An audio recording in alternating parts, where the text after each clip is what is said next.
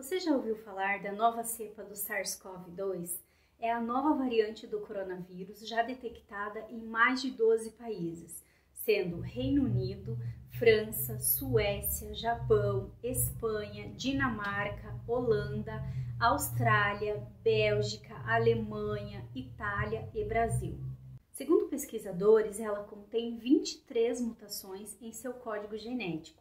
Vamos lembrar que em janeiro do ano passado, pesquisadores chineses revelaram ao mundo o primeiro genoma, uma espécie de documento de identidade com as características de um vírus que começava a infectar humanos e parecia até então restrito à China. Esse vírus ganhou o nome de SARS-CoV-2.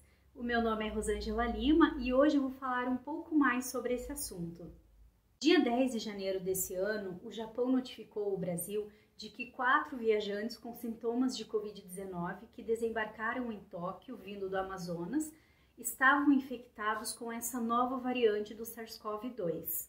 O Japão tem realizado uma política de vigilância epidemiológica ativa em seus aeroportos, na tentativa de evitar um aumento explosivo no número de casos da doença.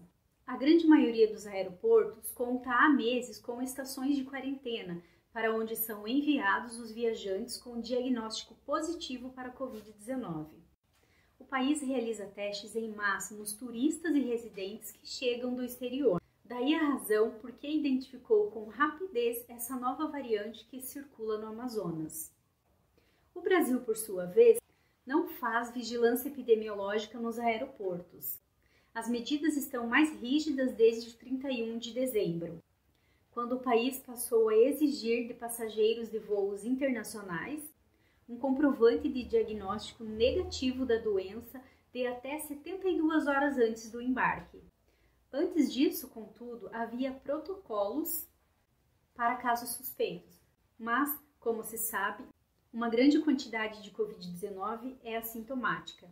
Segundo o virologista Felipe Naveca, do Instituto Fiocruz, a nova variante encontrada em Manaus apresentou mutações nos genes que codificam a espícula, a proteína que permite a entrada do vírus nas células humanas, a mesma variante encontrada no Reino Unido e na África do Sul, e que pode indicar um aumento na transmissão do vírus, e que já foi encontrada em ao menos 10 cidades do Amazonas, além da capital Manaus, e em uma frequência que foi elevada muito rapidamente.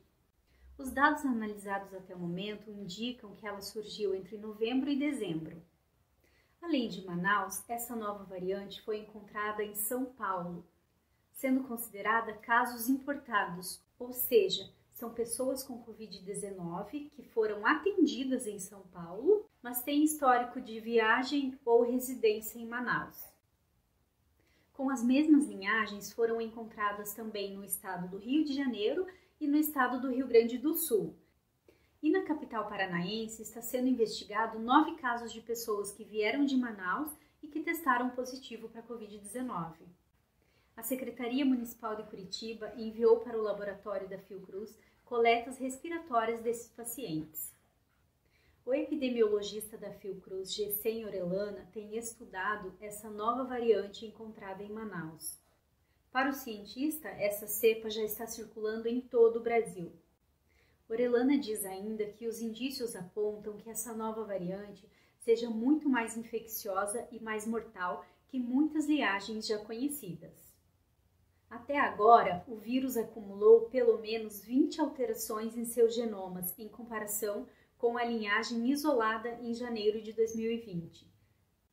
Mas o que dizem os cientistas? Pesquisadores de 10 instituições, entre elas o Imperial College de London e a Universidade de Oxford, ambas na Inglaterra, e o Instituto de Medicina Tropical da Universidade de São Paulo, publicaram um artigo descrevendo casos dessa nova variante que recebeu o nome de P.1. É esperado que durante uma pandemia o vírus sofra mutações à medida que é transmitido de pessoa para pessoa. O monitoramento das alterações no código genético ajuda a acompanhar os casos preocupantes e, eventualmente, que sejam tomadas medidas que bloqueiam a cadeia de transmissão. Os cientistas analisaram o material genético de 31 amostras de pacientes com Covid-19 em Manaus. Desses, 13 indivíduos, ou seja, 42% do total, apresentavam justamente essa nova linhagem.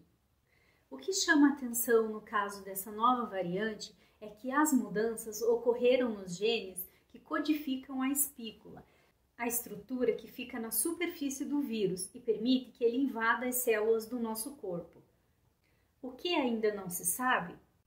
Por mais que represente um sinal de alerta, o trabalho recém-publicado precisa ser ampliado para que todos possam entender melhor o impacto dessa nova linhagem na pandemia em Manaus.